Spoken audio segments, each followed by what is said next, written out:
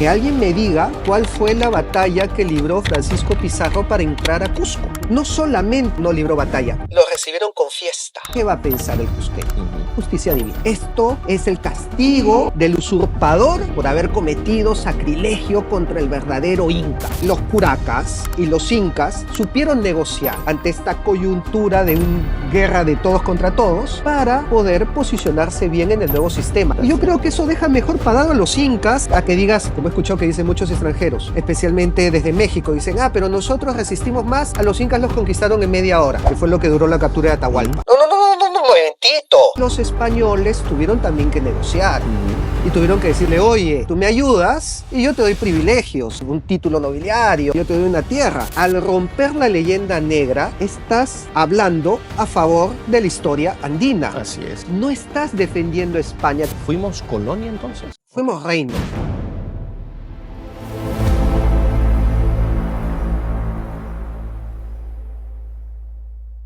Otra cosa que no se cuenta, pero que nos cambiaría bastante la forma de cómo vemos la captura de Atahualpa, que creo que ahora sí es unánime, unánime, yo le diría incluso hasta los hispanistas.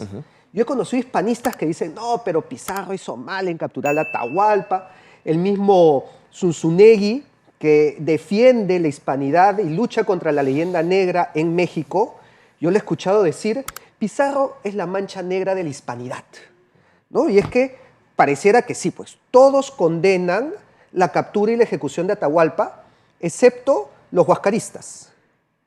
Porque lo que no se nos cuenta es que en el Cusco festejaron la captura de Atahualpa. Lo vieron pues como una... Y esto no les gusta que se lo recuerden los cusqueños. La verdad duele, pero no ofende. Adelante. ¿No? Entonces tenemos pues que hay que colocarnos en las circunstancias de la época. Y hay crónicas escritas, me imagino, de esto. O sea, la documentación está para que no digan que uno está inventando, ¿no? Hay crónicas escritas, están los libros de José Antonio del Busto, están porque muchos dicen, las crónicas las escribieron los españoles. Están las crónicas de Titu Cusi Yupanqui, que era el tercer inca de Vilcabamba, o sea, claro, era inca, ¿no? Entonces, tenemos varias versiones, y lo que te cuentan es que los generales de Atahualpa llegan a Cusco antes que el mismo Atahualpa, que estaba en el norte, y masacran Cusco. Hacen un escarmiento contra los huascaristas terrible, ¿no? Mataron a sus mujeres, mataron a sus hijos delante de Huáscar, destruyeron el Poque Cancha, y tal vez todo esto no fue tan grave como lo que, a mi parecer, considero que fue lo que más le dolió a los cusqueños. Quemaron la momia de Tupac Yupanqui. Quisquis Chalcuchimac toman la momia del más grande conquistador inca y la queman en la plaza de Cusco. ¿Tú te imaginas lo que les debió doler?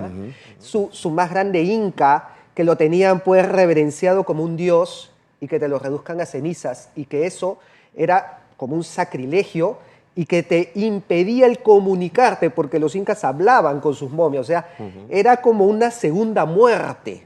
Eso pues fue para ellos la estocada en el corazón.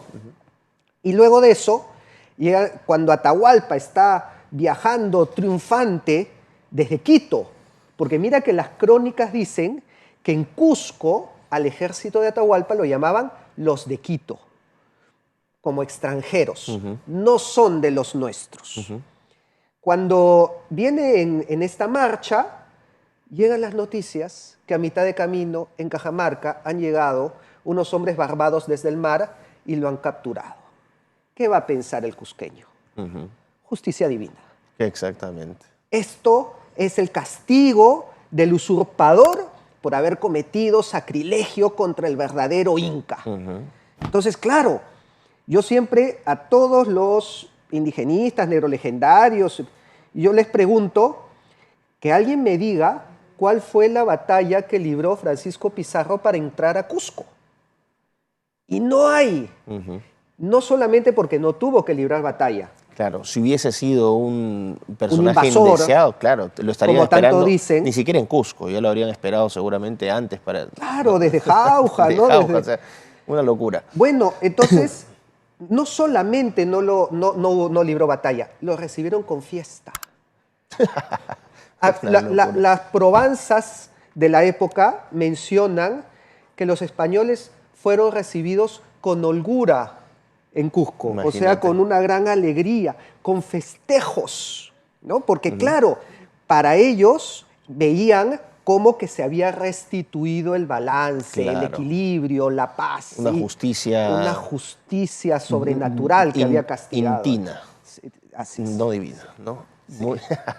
Mira qué interesante. O sea, ya primer bombazo que estás pegando acá con Esto el nos tema. cambia todo ya. Totalmente. Es decir, la intención de desvirtuar, que de alguna manera también es un flaco favor que nos hacemos, porque si presentamos a Pizarro como un incompetente y un criador de chanchos, o sea, ¿qué quedamos nosotros? Es una locura. Es la baja autoestima, pero lleva al máximo nivel. Por eso Borborowski dice que nos acompleja ese Efectivamente. discurso. Nos destruye emocionalmente. Efectivamente. Bueno, se instala Pizarro, empiezan, ¿no?, los viajes ya para empezar a colonizar lo que vendría a ser el Perú, el virreinato. ¿Qué pasa ya cuando se instala el primer virrey? Ya tenemos una especie, una pequeña estructura administrativa. De ahí en adelante, Bueno, ¿qué varias leyendas negras vamos a tener? Primer virrey lo decapitan. Ah, qué bien. ¿No? Y ojo que no lo decapita un inca o un indígena, lo decapita Gonzalo Pizarro, un español. Ajá. ¿Por qué? Porque para la llegada de este virrey ya se habían proclamado las leyes de Indias. Que las leyes de Indias efectivamente veían los abusos y excesos que estaban cometiendo los encomenderos en América y les restaron privilegios, les restaron potestades. Pero las encomiendas creo que se vieron afectadas en Las ese sentido. Claro. encomiendas se vieron reducidas, ya no podían evangelizar, ya no eran pues a perpetuidad. Las tierras pasaban a ser propiedad del rey también, tengo entendido. Las tierras pasaban a ser propiedad del rey y podía quitárselo al encomendero si cometía un abuso. O sea, protegía al indígena, prohibía que el indígena fuera juzgado por la Inquisición. O sea, toda una serie de normas que llevó que los propios encomenderos y conquistadores españoles se subleven ante el rey y en el caso del Perú lo chapen a Blasco Núñez de Vela en Quito y le corten la cabeza y la pongan en una pica, lo cual era crimen de lesa majestad. Es que, claro, porque matar al virrey y al representante del rey era como asesinar al propio rey. Como asesinar al propio rey. Era rebelión abierta. Entonces, claro, Carlos V dice, bueno, acá ¿qué hago? Acá se me está saliendo esto de control. Yo creo que Gonzalo Pizarro tenía la intención de proclamarse rey del Perú y de repente, si no existiera también tanto discurso en contra de él, lo tomarían como un precursor de una independencia, porque él fue el primero que quiso independizar Perú de España, algo que ningún indigenista nunca me va a reconocer, pero ahí está. Y en un momento, bueno, primero envía ejércitos, no son derrotados, envía a Pero de la Gasca, que actúa como negociador, como pacificador, envía un cura con una Biblia en la mano que termina teniendo mejores resultados que todos sus ejércitos. ¿Por qué? Porque Pedro de la Gasca sabe negociar y se da cuenta que los indígenas estaban también hartos de la guerra. Estamos hablando de 30 años de guerra, desde Huáscar y Atahualpa.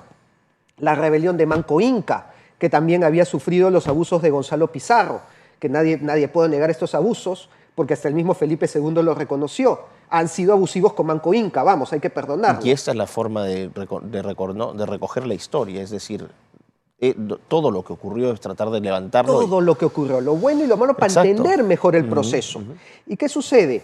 Acá tienes que los huancas, los huaylas, los tarmas, los chachapoyas, luchan en contra de los encomenderos rebeldes ante el rey y a favor del rey de España, porque veían que la corona traía estabilidad, orden, paz, que era lo que buscaban. Entonces, cada vez que me dicen que sí, que los malditos españoles vinieron a robar y a saquear, yo pregunto, que tú tienes el bando de los encomenderos rebeldes en contra del rey, como Gonzalo Pizarro o como Hernández de Girón, y por otro lado tienes a los huancas o a los incas como Alonso Tito que pelean en contra de estos traidores a la corona y defienden a la corona española. ¿Cuál es el bando español acá? Efectivamente. Técnicamente serían, ¿no?, los locales que apoyaron al rey. Se rompe la dicotomía. Exacto. ¿No? Se rompe esta dualidad. O sea, esta desde el origen está viciado este tema. Desde el origen no podemos poner dos bandos. Hay No, o sea, es una complejidad en realidad. Tú lo que ves ahí, por lo que explicas, hay una maraña. bandos exactamente que no necesariamente por lealtades políticas, sino también por intereses económicos o por cuestiones de creencias, pero es mucho más rica esta historia de esta división malos-buenos. Claro, españoles e indígenas. Exacto. Y es que entre los indígenas tienes el bando huascarista, el bando atahualpista, el bando de Manco Inca, el bando de Pauyu Inca, que peleó a favor de los españoles, el bando de los huancas, de los huaylas, de los chachapoyas. Y entre los españoles tienes a los pizarristas, que se odiaban con los almagristas y viceversa, y el bando de la corona, que les quería poner orden a los dos y que terminó encarcelándolos a los dos. Entonces tú dices, acá no hay dos bandos ni de vainas, pues. Claro, hay bastantes más bandos en general, ¿no? Acá fue una red en donde los españoles tuvieron también que negociar y tuvieron que decirle, oye, tú me ayudas y yo te doy privilegios y yo te doy pues un título nobiliario, yo te doy un escudo, yo te doy una encomienda, yo te doy una tierra. Y los curacas y los incas supieron negociar ante esta coyuntura de una guerra de todos contra todos para poder posicionarse bien en el nuevo sistema. Perfecto. Y yo creo que eso deja mejor parado a los incas, obvio, a los curacas, a los naturales, a que digas, como he escuchado que dicen muchos extranjeros, especialmente desde México, dicen, pero nosotros resistimos más, a los incas los conquistaron en media hora, que fue lo que duró la captura de Atahualpa. No, un momentito. No es que eran unos tontos inútiles que se dejaron conquistar en media hora. Supieron negociar su posición para, en el nuevo sistema, tener títulos nobiliarios, tierras, poder político. Y yo creo que eso nos deja mejor parados como peruanos en la historia andina, en la historia de los incas. Porque Cortés sí dominó, ¿no? Eso fue un colapso inmediato. Claro. En el Perú se tuvo que pactar, se tuvieron que hacer alianzas. Y en México se impusieron condiciones. Entonces, y acá, y es por eso que no existió una corte de nobles aztecas o mexicas en México. Exacto. Pero sí existió una corte de nobles incas en el Cusco. Tremenda diferencia. Entonces, entonces tú ahí te das cuenta que al romper la leyenda negra, estás hablando a favor de la historia andina. Así es. No estás defendiendo España, que muchos dicen, oye, ¿y a ti qué te importa España por último? ¿Por qué defiendes España? No, hermano, no es defender España, es defender nuestra propia historia, o sea, es defender cómo negociaron los incas y los curacas su posición en el nuevo sistema. Interesante. Ahora, así es. O sea, ¿fuimos colonia entonces? No, para nada. Ok, ¿qué fuimos? Fuimos reino. Reino. Fuimos reino. ¿Y sabes cómo te das cuenta de eso? Tú te vas al Palacio Real de Madrid y vas a ver el salón, perdón, no es el Palacio Real, al Salón de Reinos que está en el Parque del Retiro. Y vas a encontrar todos los escudos de los reinos del Imperio Hispano, ¿no? Entonces encuentras el escudo de Castilla, el escudo de Aragón, el escudo de Granada, el escudo de Nápoles. Sicilia también, el escudo de Sicilia. Manila, Filipinas también era parte de... No he visto... Pero no era un... No era un reino. Ahí estaba la Casa de la Moneda, tengo entendido, ¿no? Estaba adjunto a Nueva España. Claro. Era parte del virreinato de Nueva España. Lo que es México actualmente. Entonces, y junto a ellos el reino del Perú y el reino de México. Entonces, claro, si tú dices pues que el Perú era colonia, bueno, también lo era Nápoles, también lo era Sicilia. Los Países Bajos, lo que es Holanda también actualmente. Era los Países Bajos. Entonces, no cuadra este concepto de colonia, que además encima cuando nosotros pensamos en la palabra colonia, más se nos viene a la mente las colonias del siglo XIX en África y en Asia, producto de la Revolución Industrial. Claro. El fenómeno de la Revolución Industrial cambia el concepto de colonia, no solamente en lo económico, sino en lo social.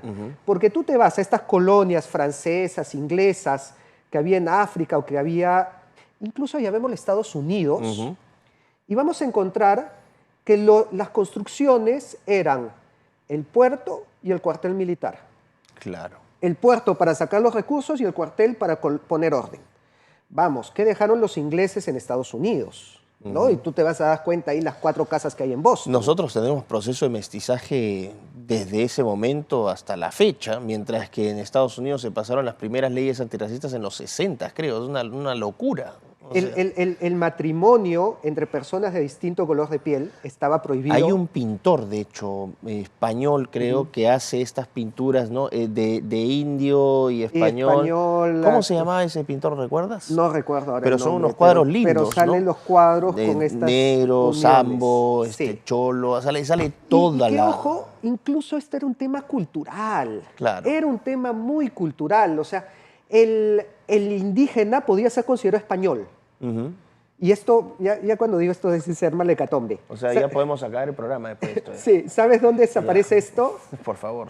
Con Túpac Amaru II. Ajá. Porque cuando tú ves la partida de matrimonio de Túpac Amaru, que no era un indiecito pobrecito, sino era un tipo curaca. que tenía una riqueza, era un tipo influyente, manejaba, claro. Bueno, era también culto, había sido educado por jesuitas, te hablaba latín, y por eso en su partida de matrimonio habla del matrimonio del español José Gabriel Túpac Amaru con Micaela Bastidas.